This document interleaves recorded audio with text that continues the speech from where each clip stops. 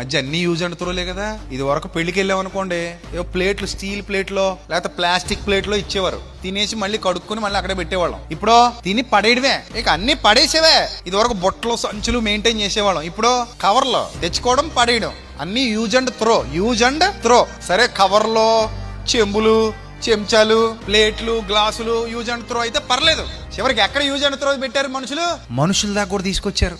దౌర్భాగ్యులారా, అమ్మ use and throw అంట, నాన్న కూడా యూజ్ అండ్ త్రో అయిపోయాడంట. ఇప్పుడు అక్క యూజ్ అండ్ త్రో, తమ్ముడు చెల్లెమ్మ అన్నయ్య వీళ్ళందరూ కూడా యూజ్ అండ్ త్రోలే. ఎంత దారుణం, ఎంత దౌర్భాగ్యకరమైన పరిస్థితులు ఉన్నాయి, ఎంత నీచమైన దినాలలో మనం ఉన్నాం, కడవరి దినాలు. సో వాడుకొని వదిలేయడం, యూజ్ అండ్ త్రో. మనుషుల్ని వాడుకోవటం వదిలేయడం, మనుషుల్ని వాడుకోవటం వదిలేయడం, ఏరు దాటేయడం తప్ప తగలెట్టేయడం. ఇలాంటి స్వార్థపూరిత భావజాలం మనుషుల్లో పెరిగిపోయింది. సాధారణంగా హ్యూమన్ సైకాలజీ ఎలా తగలడిందంటే, మేలు పొందుకునేంత వరకు మనకి కావాలి, మేలు పొందుకున్న తర్వాత మనం ఏం చెప్పాలి?